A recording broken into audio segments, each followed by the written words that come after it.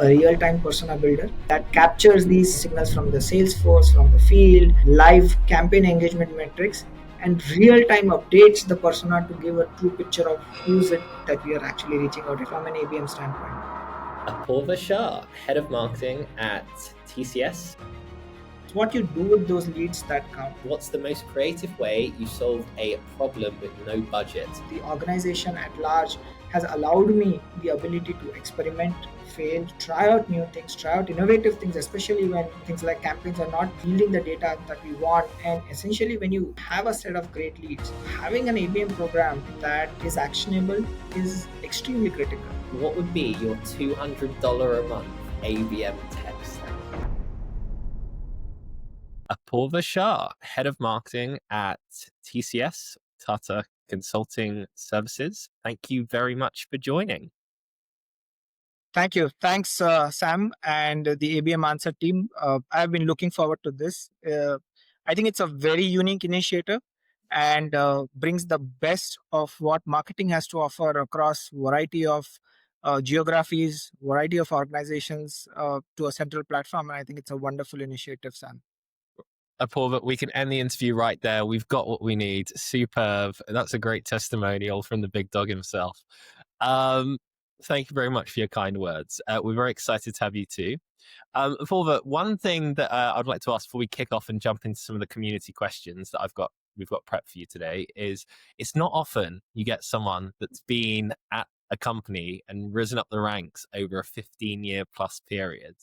So just it'd be great to get a bit of background on you and kind of how your evolution through TCS has occurred, and kind of like your context within ABM and how you run ABM initiatives at TCS, kind of in the consulting world. Sure. Thanks, Sam. And you've done some homework. So again, kudos to you for that, Sam. It's been a while at TCS or Tata Consultancy Services. You're right. I joined straight out of college as a management trainee, and marketing was something that was very, very close to my heart. And I wanted to make a career in marketing. Uh, from the get go, I think because my North Pole was clear, the North Star was clear. What I wanted to do was get exposure and experience across every facet of B2B IT services marketing that one has to offer. And so, in my early days, my attempt was to, get myself involved into as many facets like events, campaigns, ABM, industry flavored marketing, existing customer marketing, and then the challenge multiplied in terms of going into net new customer acquisition, helping the sales teams on the ground, and then leading a geo marketing team as far as deals and account based marketing is concerned. So I think it's the rich exposure that a company like TCS offers. It's a mammoth of an organization with 600,000 people across multiple nationalities and multiple geographies. So I couldn't ask for anything better, and that's what has kept me, that's what has kept me grounded and have stayed with the organization for now 16 and a half years. That's awesome. That's like a small country, isn't it? That's probably bigger than some small countries, 600,000. That's true. That's true. What's lovely about that is that, so we interviewed Gabriella.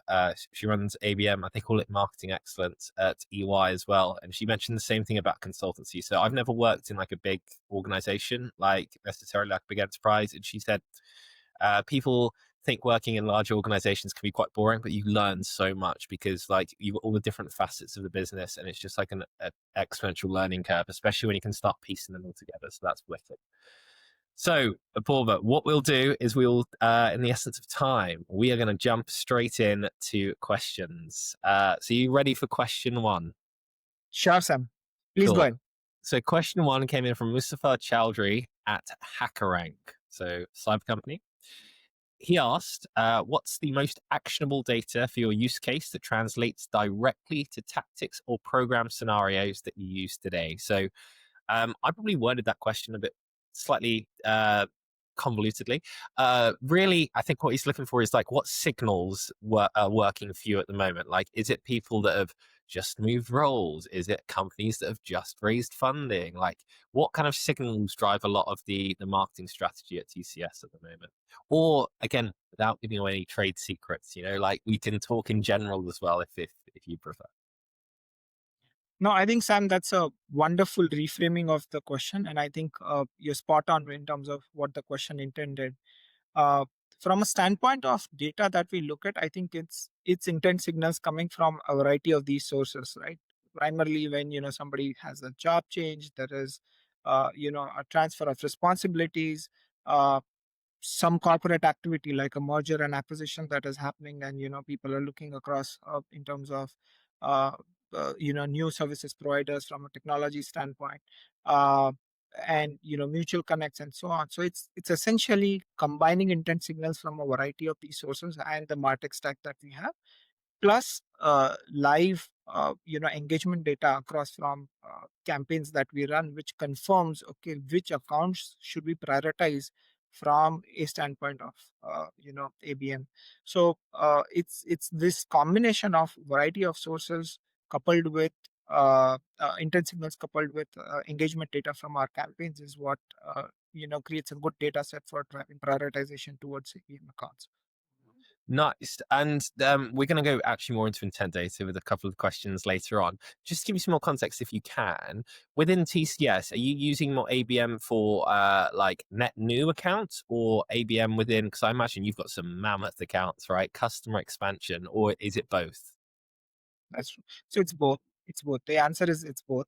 Yeah. Uh, uh, as with any organization, I don't think it's just TCS. I would assume that most companies are mature today from from a stature of what ABM entails, and as with any mammoth of a large organization do, I think it's both existing accounts and net new customer acquisition as well. The net new customer acquisition piece is a lot more closer to my heart, and it's much more exciting because the challenge is multifold on that piece. And so that's where the real test of what theories we propose across in marketing comes to the fore. Well, I think maybe I might start adding some more context to that first question then, because you're right. With existing customers, you've got more like first party intent signals, right? You've been working with them, you understand the organization a lot more. With net new, which I agree, I think is more exciting because, hey, we want to see that hockey stick growth, and it's just fun getting new logos. It obviously relies more a bit on more third party intent signals. So maybe I'm going to start reframing that question. Wow, I think I just got consulted by you. Superb. I've got better at asking questions. But no, great answer. Right, question two. Speaking of EY, we've got Gabriella here. Her question was, how can ABM teams in large, complex organizations adopt small business mindsets to stay innovative and impactful? So I think a lot of these big enterprises call them, is it entrepreneurs and stuff? Like they try and kind of do it. But yeah, how do you run that, Apoorva? I think that's a wonderful question. And that also summarizes what I've been doing and what's my attempt over the last few years. Uh, as organizations become large and complex, I think multiple teams across multiple functions do a diverse set of roles. I think staying innovative requires a startup mindset, and it is, as you call, in-house entrepreneurs, right? Within these large organizations that operate with a startup mindset is what defines how one can keep consistently being innovative. Because when you operate with that small startup mindset, I think the scope for experimentation increases a lot more. I've had the privilege to have some wonderful bosses, and the organization at large has allowed me the ability to experiment, fail, try out new things, try out innovative things, especially uh, when things like campaigns are not yielding the data that we want. Go out and do A/B tests on probable solutions, which is what has allowed us to consistently stay innovative. As I also touched upon my last question on the net new customer acquisition part, I think you also rightly resonated that the challenge becomes highly critical because you don't know the party on the other side. You're probably basing it off, third party intent signals, somebody you met off at an event, or a lead that has been tracked across in a CRM. So it is this mindset of being consistently innovative, trying new approaches, trying different A/B tests that ensure that when you are going for a net new customer acquisition, a piece that you thought might not you thought would resonate well might not resonate so well, but it's the ability to test, experiment, and fail with another piece that might resonate well actually from a campaign's perspective and an ABM perspective. So I think the answer essentially lies in the part around staying and having that startup mindset right from the get-go. Well, Apoorva, the fact that you've been at TCS for 16 and a half years must mean some of these experiments you run have paid off. So you're doing all right. Challenge 3. So a little devil's advocate here by Mason Cosby. He runs an agency called Scrappy ABM. I think it's maybe Atlanta. It's definitely on the East Coast. Great agency. He asked, what would be your $200 a month ABM tech stack? Very interesting question again. uh, given given the nature of things today, as we stand in the middle of AI reshaping our entire landscape, uh, I believe, and I completely agree with what Sam Altman said, that it's not very far that we might have a single person entrepreneur running $1 billion unicorn startup, and that might see the reality very soon. So I think technology is becoming cheaper and cheaper from a martech standpoint, and you know the way things are shaping across with variety of platforms, especially in marketing, is pretty exciting. From a $200 standpoint, I think I would stick to the basics. I mean, because you got to start small and experiment. So, look at something like LinkedIn Sales Navigator Lite for intent signals. Uh, if somebody is running a single person startup or a small company, probably a Canva Pro for creators and campaigns. So on. Mailchimp, or a very basic Marketo version for, or even LinkedIn Mail, because LinkedIn Sales Navigator does give you that ability to send out emails, so you don't even have to do emails. So optimizing there on the mailing platform as well, and probably from an automation standpoint, something like Google Docs plus Zapier, from from that standpoint, that would, I think, well fit within $200 from from that standpoint. By the way, I just looked at Zapier the other day, and it has got some exciting competition with I think in the AI space, particularly with, I think, Make.com. The way things are shaping up from an API standpoint of how platforms are talking to each other, it's pretty exciting. So I feel that the cost from a technology standpoint in terms of what we are able to do with these platforms is only going to be a small aspect, and I think efficiencies are going to increase a lot more. Superb answer. Paul, I was really hoping you would be sweating much more on that question. You work for such a big company, and it's so easy for tech to almost become out of touch with like how much things cost, because I'm sure you get quoted ridiculous prices from like suppliers, and fair enough, right? Because it correlates with value. But it reminds me of this interview, side tangent here, ADHD, but like when Bill Gates was asked like how much is a pint of milk, and because he hasn't like he's so detached from it, he said quite something ridiculous, but you were bang on the money. So superb for that. Love that answer. Yeah, there's not really much you can get the basics for $200. And I think, to be honest, if you look at a lot of tools like email scraping, all of this sort of stuff, it all kind of stems from those core tools that you mentioned as well, like LinkedIn. And that's where like most of the data comes from. So I think, yeah, you're bang on with that. Challenge 4 came in from Dimana Markova. I used to work with Dimana.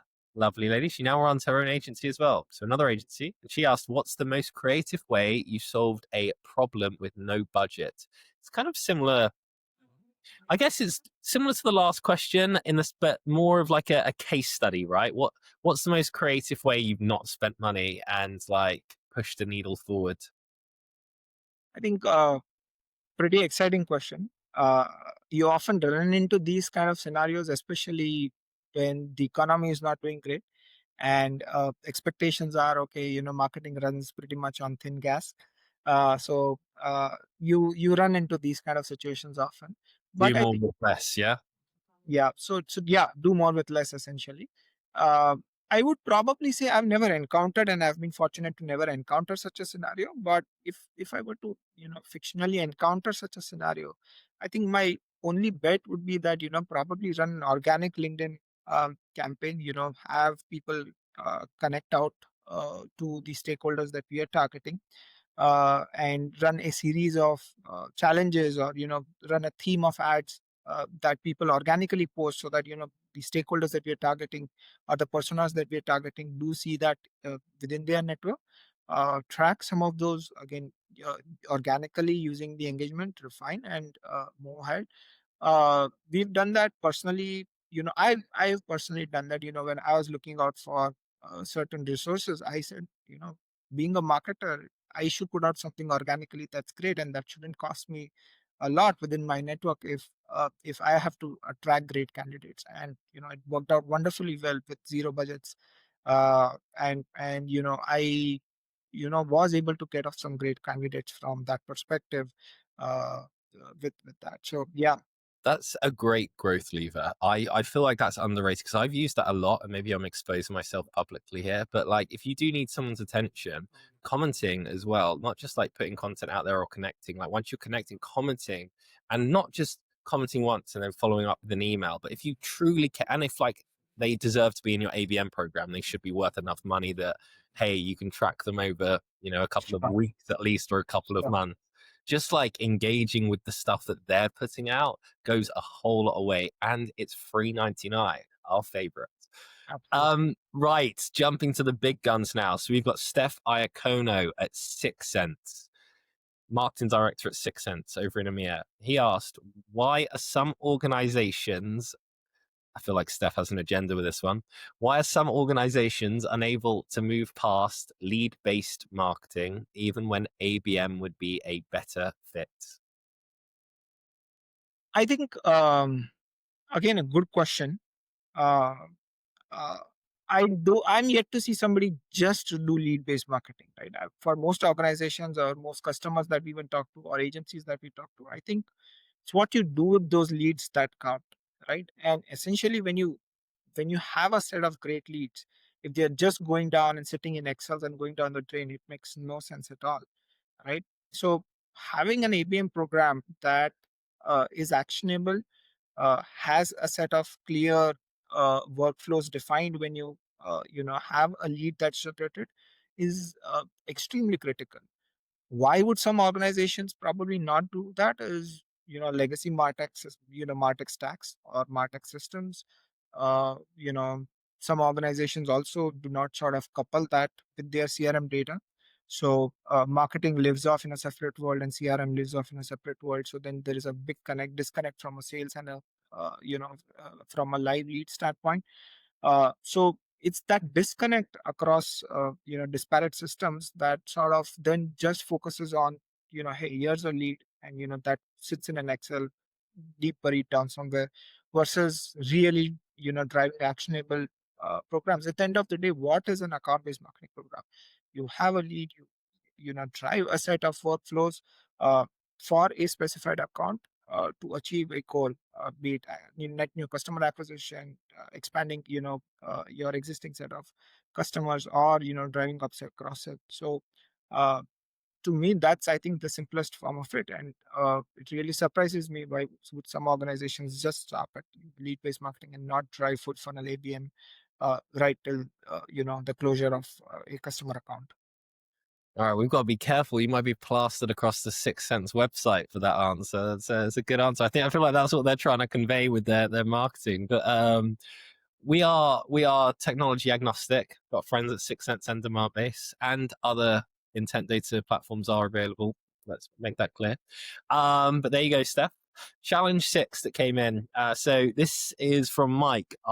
This is slightly unorthodox. I love Mike. He runs London Lights. So he's the commercial director of London Lights, which is effectively Billboards. Apoorva. So he asked, what was the best B2B billboard or out of home, sorry, billboard campaign you've ever seen, and why? Or alternatively, so we gave two options here. What would you put on a billboard in, let's say, in New York, in Times Square, like if you could have one message, and I guess it doesn't necessarily have to be related to TCS, but sure.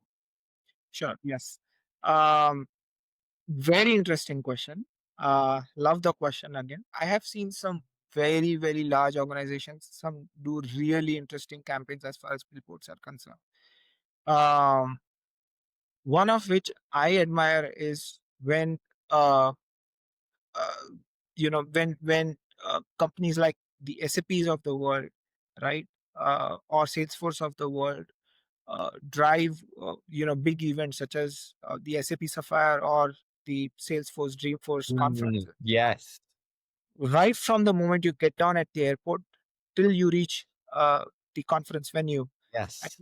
every single billboard you see ads that are contextual to their offerings, platforms, products, and services, which is really good from that perspective. Mm, Uh, and it's also warranted. I mean, some of these organizations probably they take over the entire city. That's the kind of marketing budgets that they are running with. And by the way, they are B2B organizations, large B2B organizations, to say so. The second part of the question, if I were to run a billboard campaign, uh, very interesting question. I would probably use today's technology with AI coupled in it to drive something at Times Square, or in London, where people are, and it's I believe the real power of AI. It's essentially personalization to the level of one, right? Like it's n is to one is what is the real power of bringing AI to each individual.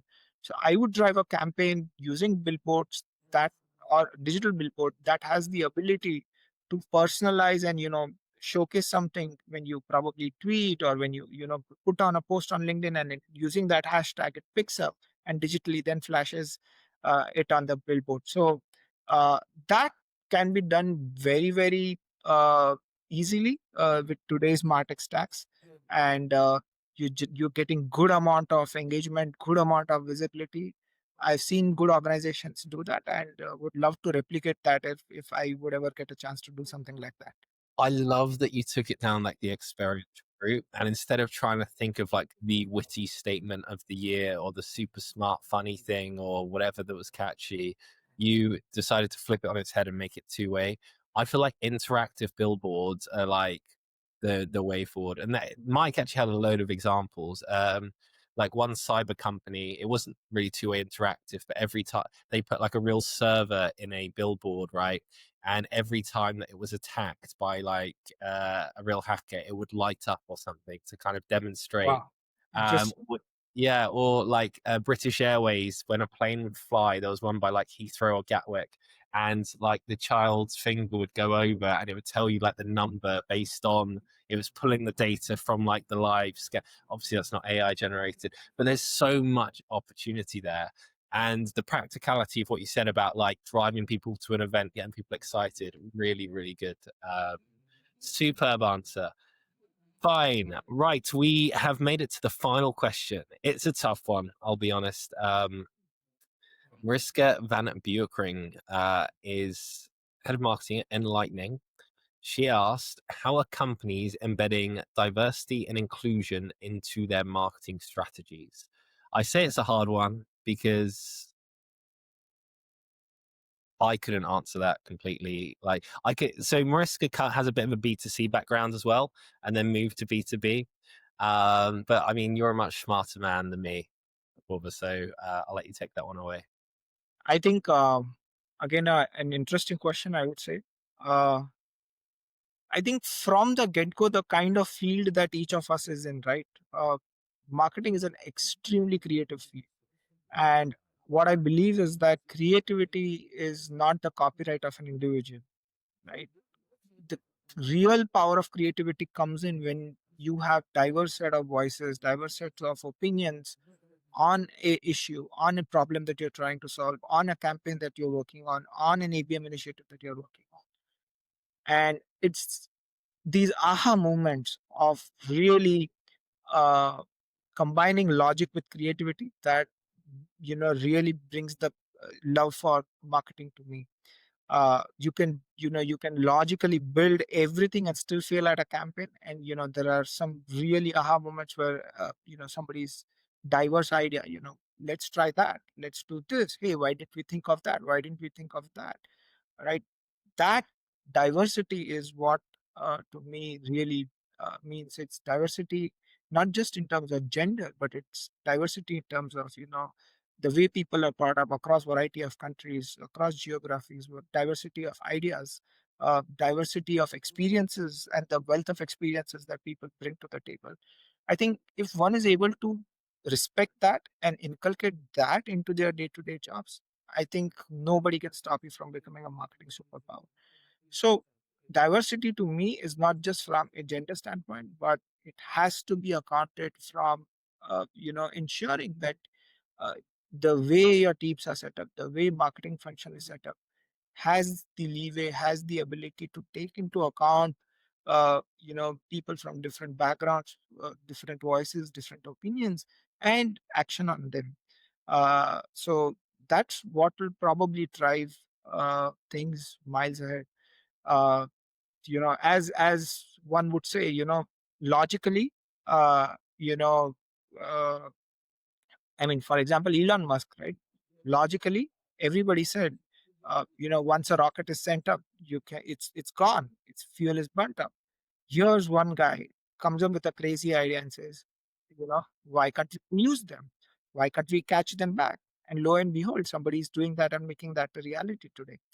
And definitely, that's these kind of aha moments. Definitely, from a design perspective, from a creativity perspective, when you look at things that you've not thought of before, I think real diversity is when you take into account all of these things. So I believe that it's something that you got to engineer for in when you're building a strong marketing portfolio and a strong marketing team, to ensure that you have different opinions, different backgrounds, and different people with experiences from a variety of geos and organizations that compose your team.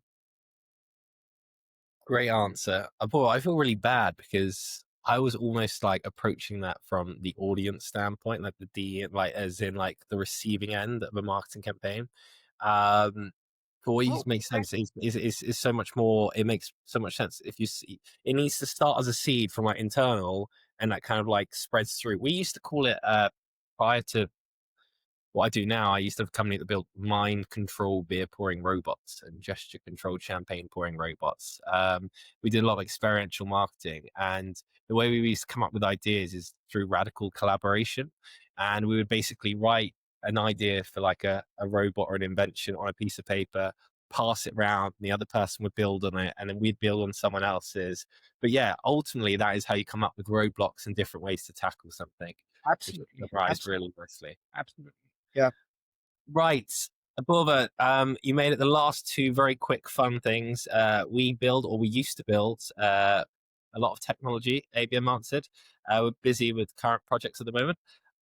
If you could invent a tool or technology, preferably a marketing focused, if you can't think of anything else, maybe it's something that controls the weather in New Jersey, I don't know, or New York. But like, if you could invent any tool or technology, what would it be and why? Again, a great question. I think from a marketing standpoint, uh, my wish list probably, which I am trying to sort of see across as a white space, uh, is not enough. Teams have actionable persona level data, right?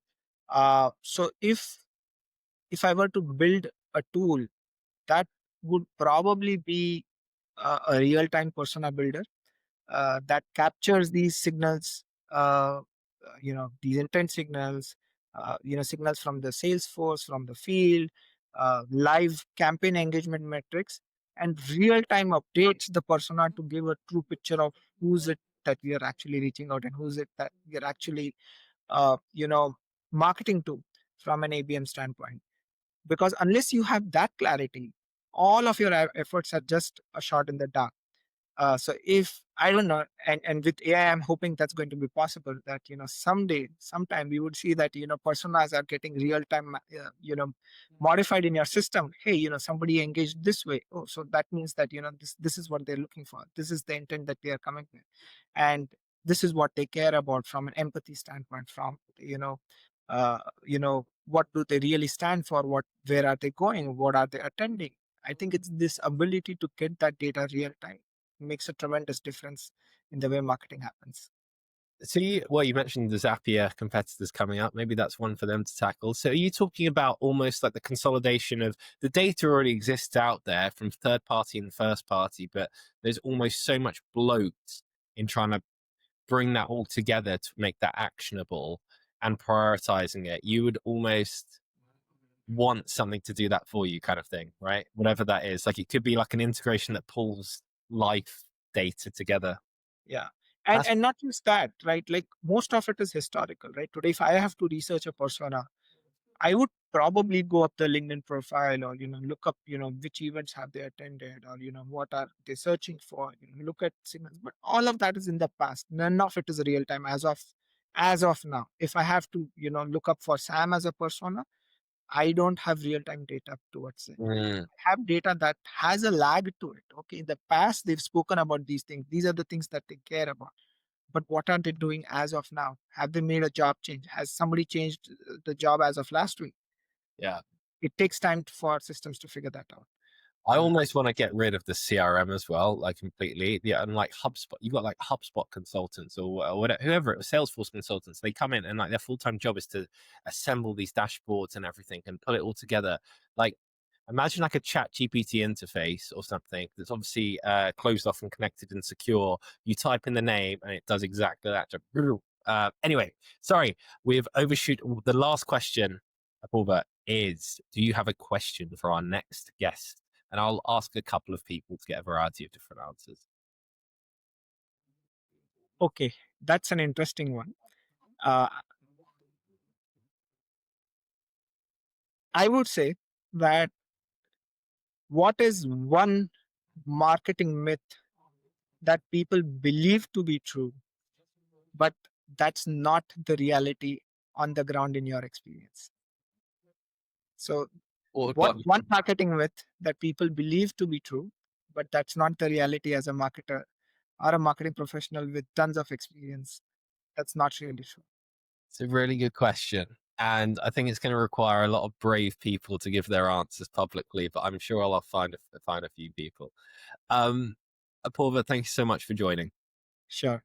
Thanks a lot, Sam. I think well thought out questions, and the pleasure's all mine in terms of answering and interacting with you. It's been a real good uh, deep dive into a lot of topics. You touched upon a variety of things as far as ABM is concerned, and loved the interaction and loved the energy, Sam. Oh, appreciate it. I can't take credit for the questions, but I'll pass that on.